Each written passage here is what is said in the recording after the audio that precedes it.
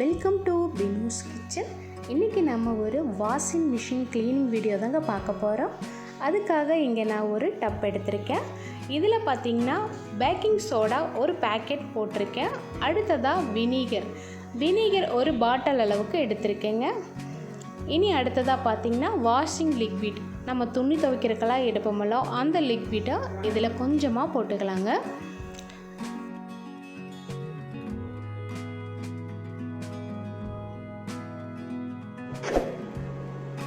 இனி அடுத்ததாக பார்த்திங்கன்னா இந்த மாதிரி ஒரு ப்ரஷ் எடுத்துக்கோங்க. இப்போ நம்ம ரெடி பண்ணி வச்ச எல்லாத்தையுமே நல்லா மிக்ஸ் பண்ணி விடுங்க.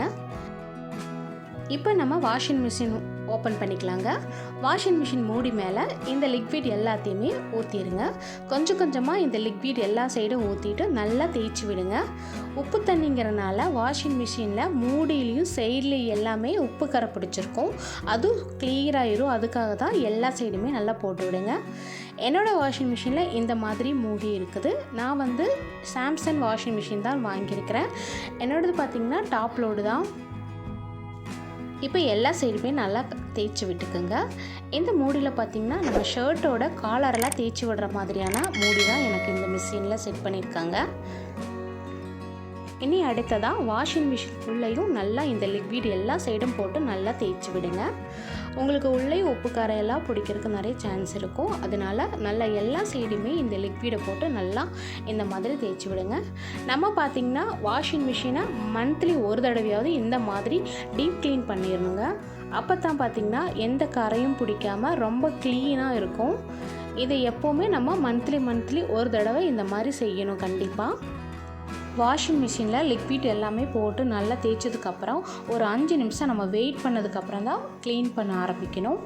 இப்போ 5 நிமிஷம் கழிஞ்சிருச்சு. இங்கே பார்த்தீங்கன்னா டப் க்ளீனிங்னு ஒரு பட்டன் இருக்கும். அதை நீங்கள் கிளிக் பண்ணிங்கன்னா வாஷிங் மிஷின்லேருந்து தண்ணி உழுகும். இப்போ நம்ம கொஞ்சம் கொஞ்சமாக இந்த தண்ணியை பிடிச்சிட்டு நல்லா க்ளீன் பண்ணி விட்டுடலாங்க. இந்த வாஷிங் மிஷின் மூடியில் எல்லாமே நம்ம தேய்ச்சி விட்டுருந்தோம். அது எல்லாத்தையுமே நல்லா க்ளீன் பண்ணி விட்டுடலாம். நம்ம லிக்விட் தேய்ச்ச இடத்துல எல்லாமே நல்லா கழுவி விடுங்க. தண்ணி பிடிச்சி நல்லா கையால் கழுவி விடுங்க. இந்த சைடு பார்த்திங்கன்னா பாருங்கள், கொஞ்சமாக அந்த அழுக்கெல்லாம் போய் நிற்கிது. நம்ம கழுவினப்போ அந்த உப்பு கரை அழுக்கு எல்லாமே இந்த சைடு வந்துருந்ததுங்க. நம்ம அதை தண்ணி ஊற்றி நல்லா க்ளீன் பண்ணிவிட்டு அதெல்லாம் கம்ப்ளீட்டாக போயிடுங்க. இந்த மாதிரி நம்ம கழுகும்போது வாஷிங் மிஷின் ரொம்ப க்ளீன் ஆயிரும். என்னோடய வாஷிங் மிஷினில் இந்த மாதிரி தண்ணி வர்றதை நம்ம கை விட்டு நம்ம கழுகிக்கலாம். ஒரு சில வாஷிங் மிஷினில் மூடி போட்டதுக்கப்புறம் தான் தண்ணி வருங்க. அந்த மாதிரி இருக்குமோ நீங்கள் டப் க்ளீன் மட்டும் பண்ணிக்கோங்க. இல்லைன்னா டப் க்ளீன் கொடுக்கறதுக்கு முன்னாடி இந்த மாதிரி கழுகினதுக்கப்புறமா டப் க்ளீன் கொடுங்க.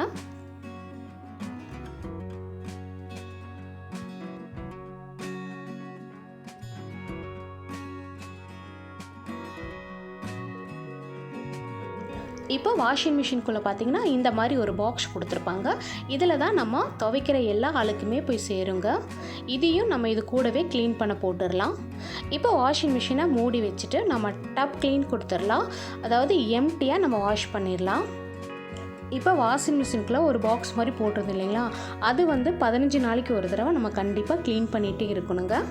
அப்போ தான் அதில் இருக்கிற அழுக்கெல்லாம் பளிச்சுன்னு போயிடும். இப்போ பார்த்திங்கன்னா வாஷிங் மிஷின் க்ளீன் ஆகிடுச்சு. இப்போ எம்டியாக ஒரு தடவை வாஷ் பண்ணி எடுத்துருச்சுங்க. இனி அடுத்ததாக பார்த்திங்கன்னா ஒரு தடவை நம்ம இதை ரின்ஸ் பண்ணி எடுக்கணும். அதாவது துவைச்சதுக்கப்புறமா துணி அலசம் 2வது ஸ்டெப் எடுக்கும் இல்லையா, அந்த மாதிரி நம்ம இதை ரின்ஸ் பண்ணி எடுக்கலாம். இப்போ இந்த பாக்ஸை நம்ம ப்ரஷ்ஷை வச்சு நல்லா கழுவி எடுத்துக்கோங்க. இதிலெல்லாம் அங்கங்கே அழுக்கும் உப்பு கரை மாதிரி இருக்கும். இது எல்லாத்தையுமே நல்லா க்ளீன் பண்ணி எடுத்துக்கோங்க. பேக்கிங் சோடாவும் வினிகரும் போட்டதுனால நல்லா பளிச்சுன்னு ஆயிருங்க. இந்த மிஷினில் உப்பு கரை அங்கங்கே இருந்தாலும் இல்லை இதில் அங்கங்கே அழுக்கு இருந்தாலும் எல்லாம் பளிச்சுன்னு க்ளீன் ஆயிரும். இப்போ நம்ம தண்ணி பிடிச்சி நல்லா எல்லா சைடுமே நல்லா க்ளீனாக ஆகிற வரையும் நல்லா தண்ணி பிடிச்சி இந்த மாதிரி க்ளீன் பண்ணி விடுங்க. இப்போ இந்த சைடெல்லாம் பார்த்திங்கன்னா ஒரு ப்ரஷ் வச்சு நல்லா இந்த மாதிரி தேய்ச்சி விடுங்க. இந்த சைட்லையெல்லாம் அழுக்கு எல்லாம் இருக்கும், அதெல்லாம் பளிச்சுன்னு க்ளீன் ஆயிரும். அவ்வளோதாங்க. இப்போ ஒரு தடவை நம்ம நல்லா ரின்ஸ் பண்ணி எடுத்ததுக்கப்புறமா வாஷிங் மிஷின் எப்படி க்ளீனாக இருக்குன்னு பாருங்கள். இப்போ நம்ம இந்த பாக்ஸை இந்த இடத்துல செட் பண்ணி வச்சிடலாங்க. இப்போ பார்த்திங்கன்னா மிஷின் எவ்வளோ க்ளீனாக இருக்குதுன்னு பாருங்கள். இனி பார்த்திங்கன்னா ஒரு மைக்ரோ ஃபைபர் கிளாத் எடுத்துகிட்டு நம்ம எல்லா சைடுமே தொடச்சி எடுத்துக்கலாம். இந்த தண்ணி எல்லாம் இருக்கும் பாருங்கள், அதெல்லாம் நல்லா தொடச்சி எடுத்துக்கலாம். கொஞ்சம் கூடி அழுக்கே இருக்காதுங்க, எல்லாமே பளிச்சுன்னு க்ளீன் ஆயிரும். இப்போ மூடியெல்லாம் பாருங்கள் எவ்வளோ பளிச்சுன்னு க்ளீன் ஆகிடுச்சின்னு. மந்த்லி ஒரு தடவை இந்த மாதிரி நீங்கள் வாஷிங் மிஷினை கண்டிப்பாக க்ளீன் பண்ணுங்கள்.